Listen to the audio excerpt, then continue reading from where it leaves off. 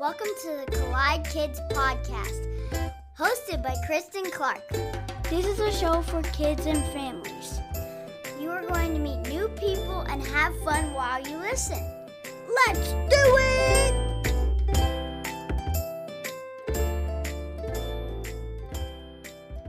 Hey y'all, welcome to the Collide Kids Podcast. I'm your host, Christen Clark. The Collide Kids Podcast is a show for kids and families where we learn together how life and faith collide. I am so glad that you're here today. Thank you so much for being here and hanging out with me. You're going to have so much fun today, and I'm so excited for you guys to hear from our guest. But before we introduce him, I just want to remind all the parents, if you're a busy parent and you're listening, don't forget to check out my other podcast, 7-Minute Devotions for Busy Parents. I just started it last month and I'm having so much fun creating these episodes. It's just 2 episodes a week, so you get a little dose of 7 minutes of encouragement. I think you're really going to enjoy it. So go check that out wherever you get your podcast. Okay, today's episode is so much fun because it's all about questions. I mean, we all have questions. I know my kids have questions. I'm sure your kids have questions. I'm sure there's adults that have questions. The big questions, the silly questions, and everything in between, especially the ones that help us learn more about God. My guest today is Rousseaux Brasseur. He is a storyteller from Southern Oregon. Rousseaux is a children's author, a YouTuber, and the founder of the Quester community, which is a musical worldview kids show that inspires children to seek and find God's big answers to life's biggest questions. It was so fun getting to meet Rousseaux, and actually, get this, we played a game where we ask each other some rapid fire questions. So get ready to laugh and think a little bit more today. It's going to be a lot of fun. I can't wait for you to hear this one. It's full of curiosity and creativity and fun. So let's jump in. This is my conversation with my friend, Rousseaux Brasseur.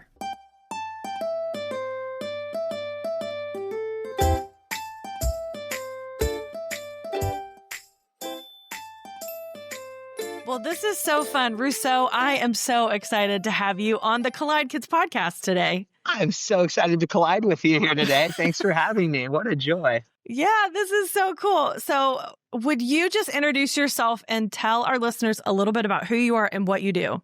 My name is Rousseaux Brasseur. I am the third-born son of a third-born son of a third-born son, and I make kids content on YouTube. You can find me at youtube.com/thequester, and I also write kids books and make audiobooks for kids. And so, yeah, just lots of free kids content on YouTube and kids book to help kids grow in their faith journey with Jesus. I love that. That's so amazing. Okay, but back up. You're a third-born son of a third-born. Walk me through that.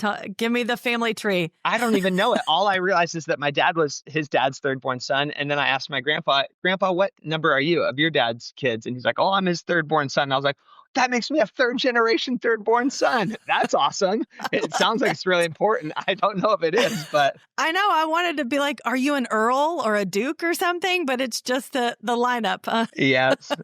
I love that's part of your intro. I like Duke, though. Duke. Yeah, Duke Rousseau. Let's go with that. Yeah, why not? Right? That could be your next content thing you do. For sure. So you create kids content for free on YouTube, which I love this so much because there's so many great content creators out there. But yours is really about helping kids connect with God. Why is that so important to you? Oh, man. In a world that is just so confused and doesn't know about the big answers to life's biggest questions, I've just, always been such a curious kid myself. And so growing up and discovering that God has given us all of the big answers to all of life's biggest questions in his word, I just, grew into this sense of calling that our world is more confused than ever. And especially kids are just their faith is being challenged, and they're being given all sorts of wonky answers to those big questions of who am I and where did I come from and what's the meaning of life? How do I know right from wrong? And what's my destiny beyond this lifetime? So we take kids on an adventure, a big quest to find God's big answers to all of life's biggest questions. I love that. That's so amazing. Okay, so because this is a show for kids, I always ask my guests to tell me a joke. So do you have a joke for us today? I've got a great one. This is actually my favorite joke to ask people. So Okay. it's a knock-knock joke, but you have to start it. Okay, knock, knock. Who's there? That's the Banana. joke. So it's like a reverse joke. And they think that you're going to tell them a knock knock joke, but then you're like, okay, but you have to start the knock You have knock to joke. start And then it. they do it, and you're like, who's there? And then it just creates this fun, awkward pause. It's like waiting for the punchline, and like you have to come up with the punchline. For sure. So it's more of a reverse joke. So what was it that made you want to start creating videos and stuff like this for kids? Like, did you like to do that for your church, or did you do that as a kid, or was it just like this idea you had to start it? Yeah, from the time I was a kid, me and my cousins up in Portland, Oregon, we would all run around and make just crazy videos. And then through middle school and high school, I did theater and then some just, fun video stuff with all my high school and middle school friends. So just making videos my whole life. And then YouTube came out when I was in high school. So just started, playing around with that a little bit. And my goal through high school was to be an actor. And I actually let that dream completely die and completely fade. I moved down to Mexico to live at an orphanage for a year and a half. And just that's where I ended up meeting Jesus and really surrendering my heart and my life to him, and just let him put all my dreams for, fame and glory or whatever I imagined for myself as a high schooler to death. And then later on, giving my life to him, he actually took those dreams and raised them up and brought even, a better version of that out of my surrender of that dream to him. So yeah, I'm really grateful to get to do it, because it's always been a dream of mine. But it used to be, I didn't know who I was. And so I needed some validation and wanted to build up myself by my acting, and then surrendering it to the Lord and him saying, actually, no, I want you to do this, but do it for my glory. And so that's what I love to get to do now, just point people to him. That's amazing. I love that surrender is part of your story, and that we think when we surrender to God, then it's going to be no fun. We're not going to do anything we want to do. It's going to be really hard and difficult to serve God. But if God created you with a purpose, with a gift, with a talent, don't you think he gave it to you for a reason? Like he doesn't just want you to kill everything forever. He wants to, like you said, to recreate it and make it into what he wants it to be. So I love that that's part of your story. Yeah. The verse that goes with that in my mind is John 12:24, where Jesus says, unless a grain of wheat falls into the ground and dies, it remains alone. But if it dies, it bears much fruit. So even into the fabric of creation, God has given us seeds as a parable of when you let it die and be buried, it doesn't just stay dead. It actually comes to life, and its life is multiplied, and it is even better. So absolutely. That's so true. So you started this YouTube channel. How long have you been doing the YouTube videos and stuff like that? Since 2020, we launched our first video like 2 weeks before COVID shut the world down. So, terrible timing, but it was 2 years in the incubator of my imagination before I went out and filmed my first video with a couple friends. And at that time, I was just selling plasma to afford a GoPro to then go out in the woods and make it happen. So, to have it be my full-time work now and having started a nonprofit is like, it's such a dream come true. That's amazing. I also started this podcast in 2020. No way. It was during COVID, because I was bored and I needed a creative outlet. And then I just couldn't stop doing it. I thought, and I think that's so fun too. Like we start things like we never even imagined, years ago, or when we were kids. I didn't imagine I would get to do this, but I love doing it. It's so amazing. So good. One of my best friends said this morning that boredom is the womb of creativity. And I was like, that's so profound. Yeah, like unless you're bored, you're just always overstimulated. But when you're bored, you're like, I need to create. Yes. My kids never tell me I'm bored, because I say, that's great. Now you have all this free space in your head to figure out something to do. So, and I'll give them 12 ideas of what they can do with their boredom. And then they're like, okay. So kids, the moral of the story is go get bored. Sit alone in a room with no toys and no computers and no cell phones, and discover this thing that we used to know in the 90s called boredom. That's right. Or just start with a piece of paper or a box of Legos and just be bored in front of that and see what happens. Yeah. Before we get more into your story, one of the videos that I saw of you was you did like this rapid fire question thing. Oh, yeah. So I thought maybe we could play that as well. Could I ask you some rapid fire questions? Okay. Certainly. Let's do it. Okay. So I have 20 questions. All right. I'm excited. Great. I have 20 questions. So I'm going to time it and see how fast you can answer 20 questions. Let's do it. And now I'm going to warn you, I've done rapid fire before and people were not good at it. But I feel like they go slow. They were not rapid. It was a slow fire. Yeah. Okay. Well, speed is my spiritual gift. It's slowing down was hard for me. So I love that. All right, here we go. I'm going to start the timer now. What is your name? Rousseaux Brasseur. Where do you live? Jacksonville, Oregon. What is your favorite word that starts with a Q? Question. What is your least favorite animal? Mosquitoes. What is the first thing you see when you wake up in the morning? The darkness. Pancakes or waffles? Waffles. What is your favorite smell? Jasmine. What, if you could be any color, which one would you be? Bahama blue. What is your favorite ice cream flavor? Peanut butter. Do you like roller coasters? Yes, I do. What is your go-to dance move? Tectonic dancing. What is your favorite snack food? Cheetos. What is the funniest noise you can make? Velociraptor. Wow. What is your favorite season? Autumn. What is your favorite number and why? 24. It's the number of letters in my name, and it's what my birthday date adds up to. Love it. What is one word you always have trouble spelling? Rhythm. Favorite thing to put on pizza? Pepperoni and olives. Do you like to wake up early or stay up late? I love staying up late. I hate waking up early. What Bible character do you relate to the most?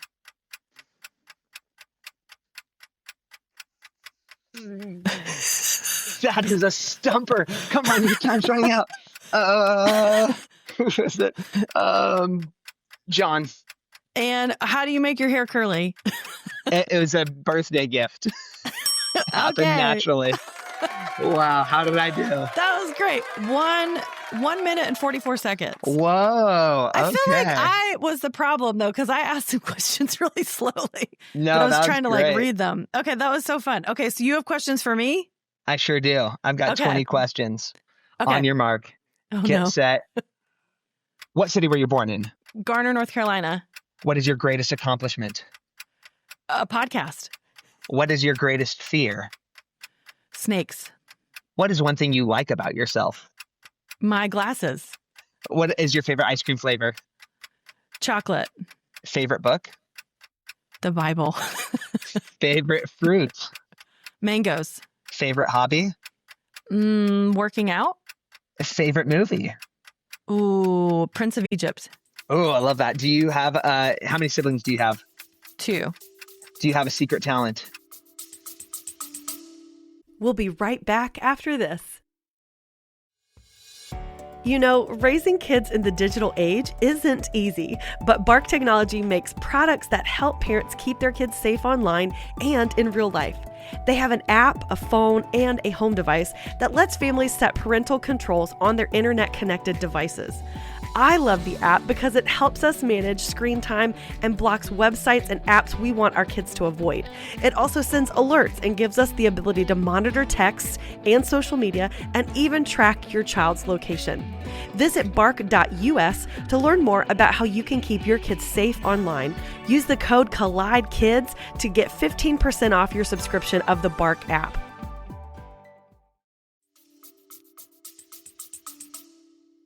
Yes, I can do sign language spelling really fast. Nice. How often do you nap? Oh, once a day. Who's your greatest role model? My mom. Who is your best friend? Also my mom. Where in the world would you want to travel? Ooh, I really want to go to Greece. Would you rather scuba dive or skydive? Scuba dive. I'm not getting in a plane like that. What would your dream job be? I'm doing it. I love doing a podcast. So awesome. What is your life's purpose? To glorify God. What makes you sad? Not being with all my favorite people. What makes you the most joyful? Being with all my favorite people. 127. What did you dominate me? What was my number? 144. it was that Bible character who you relate to. It's usually whoever I'm reading about right then. But I was like, is there one above all? Oh, it's Now, so see, good. my Bible character I relate to the most is Peter. Because he was so quick to speak before he would think. And I'm like, that's me. You read stuff about Peter, you're like, I would do that. Peter's my guy. So we just talked a lot about questions, and I love that. And I love when we ask questions like that. Like, I just learned a lot about you in a minute and 27 or minute 44 seconds.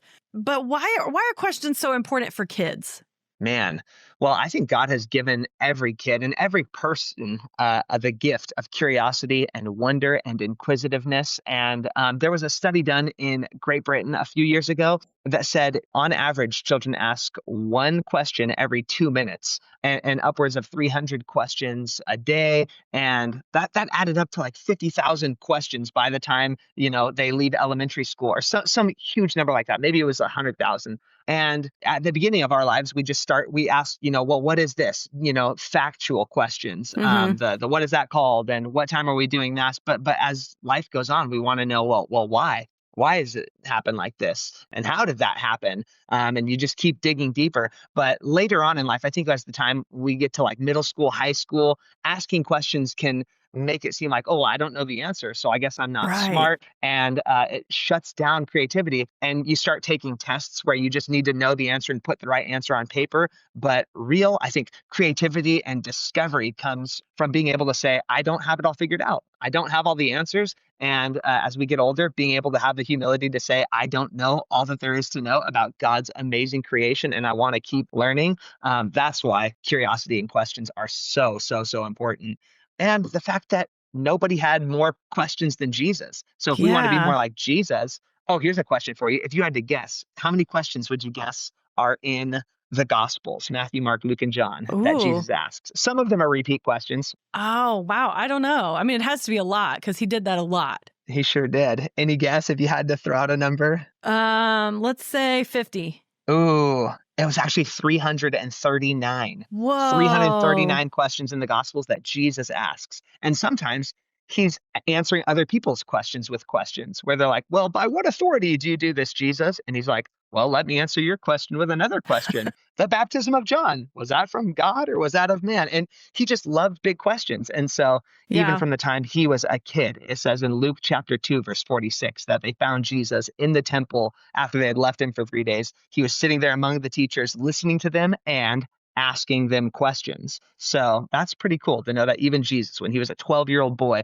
was asking big questions. Absolutely. And I think kids are so good at asking questions often. Totally. Yeah. And sometimes as parents, that's a little difficult. You're like, this is not the moment. Like they all become a philosopher at bedtime. You're like, yeah, exactly. Closing the door, good night. And they're like, one more thing. What is 27 times 5,000? I'm like, I don't know. But I love that they have those questions in them. And so totally. Do you feel like it's our responsibility as parents or as ministry leaders or teachers, are we supposed to answer all the questions that kids have? I think the skill that I've learned is being able to know that it's okay to say, I don't know the answer. One of our catchphrases at the Quester community is each and every question is a quest that I am on. QUESTION. It's a quest that I am on. So when kids ask a question, I say, I don't know the answer to that. If it's one that I don't know, it looks like we're on a quest to find the answer to that big question. And so I don't think our answer is to know the answers and have all the answers, but it is our job to be okay with there being big questions and to say, hey, we know who does have the answers to all these questions and the one who is the answer to all of the ultimate questions.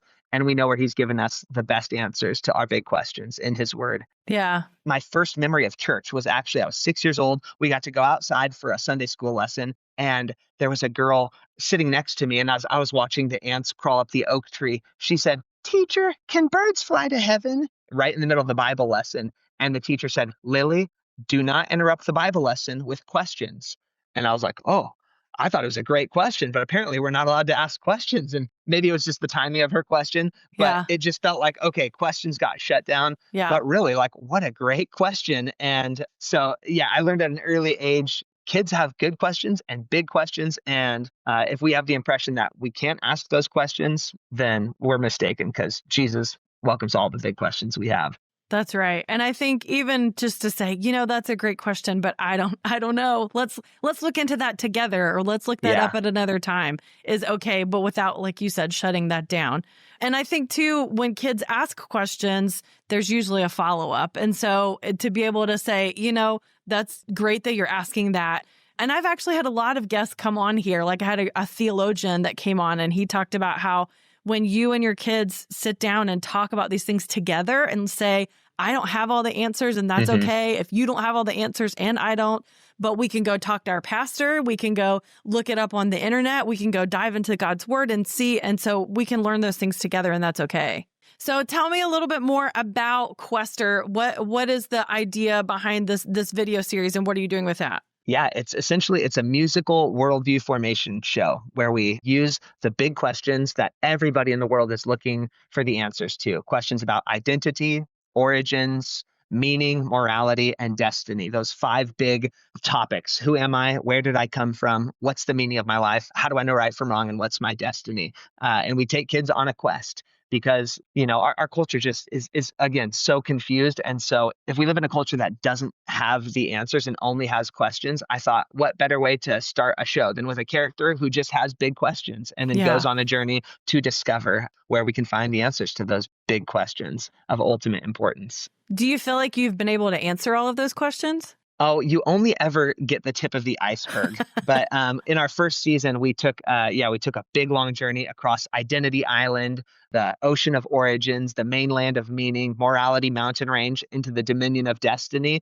And so by the end of season 1, we had at least 2 things figured out: that God has given us the big answers to life's biggest questions in his word, his written word, the Bible, and in the word who became flesh, Jesus. The Bible gives us the big answers, but Jesus is the answer to our biggest problem, which is our sin problem. Right. And so by discovering the gospel by the end of the season, it's like, we end season 1 by saying, I thought that finding the answers would bring my quest to an ending, but I find out now that it's just a brand new beginning. And so we just continue going deeper into the answers. You never move away from those questions, and never like, oh, I got the answers figured out. It's just like, let's continue discovering the implications of what this means about my identity and origins and all those good things. I love that. And I think it's so good for us to share with kids and adults too, that the more you learn, the more you need to learn. And that's what's amazing about God's word is I've been reading the Bible my whole life, and yet I still find things in it that are fresh and new. And, the word of God is alive. And so we can really grow in our faith continuously. It doesn't ever stop.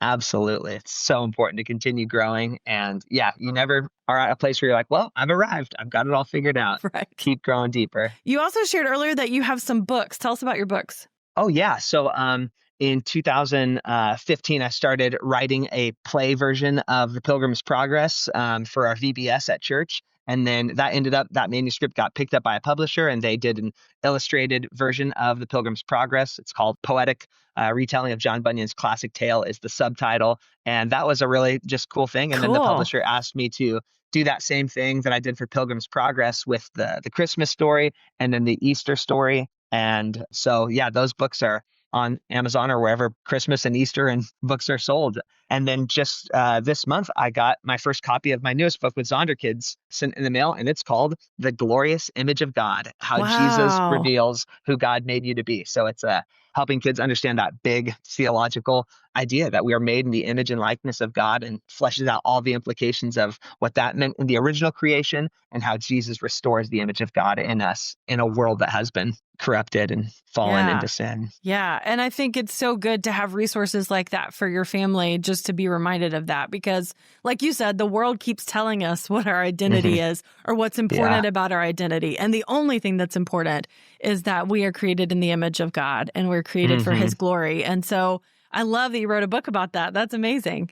Definitely. And at VBS and summer camps, when we do Quester camps and travel around, I always tell the kids, the answer to the big question, who am I, you're never going to find by asking, who am I? It's not about who I am. It's about whose I am. It's not about who am I. It's about whose am I? And we are whose we are, which is if I am God's creation and if I'm his purchased possession and if I'm a building block in his kingdom because his Holy Spirit lives in me, then I am entirely God's. I'm his by creation, his by purchase, and his by his indwelling spirit. So like, how awesome and secure as that. Oh, I love that so much. Rousseaux, this has been so good. I've loved having you on the show, and we've had so much fun together today. Thank you so much for the invitation to come and collide and collaborate. Yeah, this is so good. Before I let you go, I always ask my guests to tell me a memory from when they were a kid. So what memory you want to share with us today? I want to share the memory of the man who I think launched me into my career in kids ministry. His name was Jake Fisher. When I was going from 5th grade into 6th grade, he was just a volunteer at our church, and he took me out for lunch one day. And then after lunch, he said, "Hey, you're going back to school this week." And he knew I grew up in a family with 8 kids. And he's like, "Let's get you some new shoes." And so we went to Fred Meyer and we got to look at all the shoes. And I always wanted a pair of Converse All-Stars. And he bought me a pair of Converse All-Stars. And of all of the teachings and Bible lessons I'd heard, that memory of him buying me shoes communicated the love of God for me personally in such a deep and powerful way. And so to this day, that's why if you see any of our videos, I'm always wearing Converse All-Stars, because they're like a sacramental reminder for my feet to bring the good news that you can change a kid's life and their whole sense of belonging by one act of kindness. So, wow, that's an amazing story. That's shout really out to Jake cool. Fisher. Yeah, if you're listening, Jake Fisher, thank you so much. That's amazing. And I love that he did that for you just out of the kindness of his heart. And that made such a big impact. So good. Sure Where did. can our listeners find out more about Quester and all your videos and books and stuff like that? Oh, yeah. You could check out our website, questercommunity.com, or search The Quester, Quester, on YouTube. And if you want a real challenge, try to spell my name on Amazon if you want to look at any of the books that I've put out there. So it's a fancy, crazy name, but I'm sure there will be a note in the notes or something. We'll put it in the show notes so people can find that for sure. And yeah, Sweet. I love that. If they search third-born son of a third-born son of a third-born son, will they find you? I highly doubt it. That's classified I feel like that needs to be your next book. I think that needs to... Challenge accepted. Go. I love That's it. Well, great. Thank you so much for being on the show today. This was great. Such a pleasure. I'll see you guys later. Keep questing.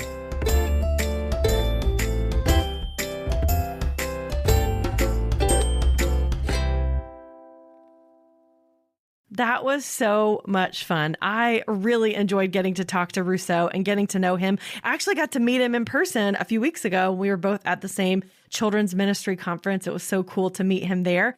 Rousseaux has a great show for kids, and I love that the premise of this is understanding that kids are really smart and they have a lot of questions, and questions are a good thing. I love that Rousseaux said every question is a quest I am on. So that helps you with the spelling too. Now, there's not an am in there. That might confuse you, but quest I'm on. I think that's really fun. The quest you're on is not about knowing the answers every time, but to keep looking to God as the answer to all our questions. He really is. I love when Rousseaux shared about surrendering his dreams to God. He thought God wanted him to go off and do something that he did not want to do, and he had to lay down all the things that he really loved.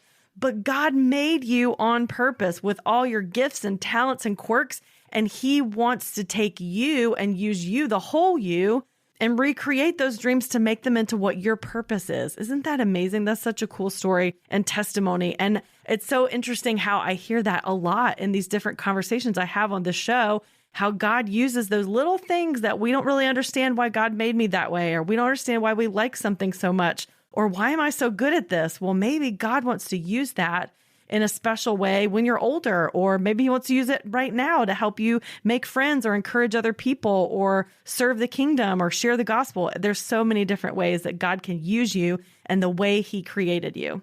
And I thought it was really cool how Rousseaux shared how much Jesus loved big questions. In fact, he said there were 339 questions in the Gospels that Jesus asked. So I think that's interesting to know. If Jesus asked questions, so can we. We can ask those questions, and that's a great way to learn.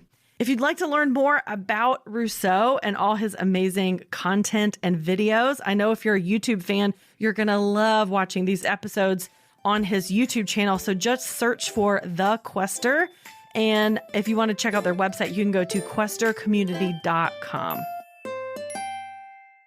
All right, speaking of questions, now it's time for my favorite part of the show. It's our family discussion segment. This is where we're going to ask a few fun, thoughtful questions to help you and your family keep the conversation going. So you can pause and talk about it now, or listen to all of them and then discuss it later, whatever works best for you and your family. So let's talk about it. Here's the first one. What is a big question that you've been wondering about lately? And you know what? It's okay if you don't have the answer or the people around you don't have the answer, but it's a fun question to ask. What's a big question you've been wondering about? Okay, here's the second one. What does it mean to see every question as a quest? Talk about how asking those questions can be like going on an adventure or going on an adventure with God, one where He is always leading you closer to the truth. And here's the third question. It's actually not a question. I thought it was so fun playing that rapid fire game. I wanted to give it to you. So if you want to head over to my social media, I'm on Instagram and Facebook at Collide Kids Pod. I've given you 25 rapid fire questions that you and your family can use to ask each other to play. You can play the game where you time each other. And these are just to get you started. You can use my questions and then come up with your own questions and add to it. So go play with your family and learn more about each other. Well, I hope those questions spark some great ideas and conversations with your family, and I hope you get to play the rapid fire game and learn something new. Hey, listen, if you have enjoyed today's episode, make sure to connect with me on social media at Collide Kids Pod on Instagram and Facebook. And don't forget to share this episode with a friend or family or someone you know who could use some encouragement. Also, be sure to head over to my website, collidekidspodcast.com, to catch up on past episodes. And don't forget to subscribe to our YouTube channel to watch the full interview from today's episode. Well, before we head out, I just want to remind you, if you haven't yet, to leave a rating and a review on your favorite podcast app, especially if you're on Apple Podcasts. That really does help other people find out about the show. And I always appreciate your prayer support. Anytime that you can pray for the podcast and for me, I appreciate that so much. We need it.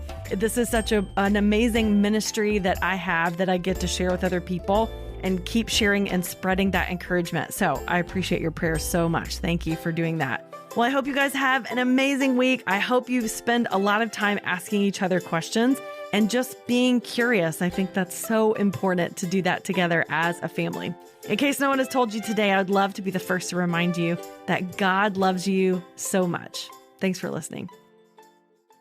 Looking for help and hope can be a chore, and you don't need any more of those. So consider downloading the River mobile app. It's a radio station committed to playing songs that will lift you up and help you out no matter what you're going through. Songs from artists like Lauren Daigle, Zach Williams, and Toby Mac. It's totally free with no subscriptions. Just search 1049 The River in your app store or listen online at riverradio.com.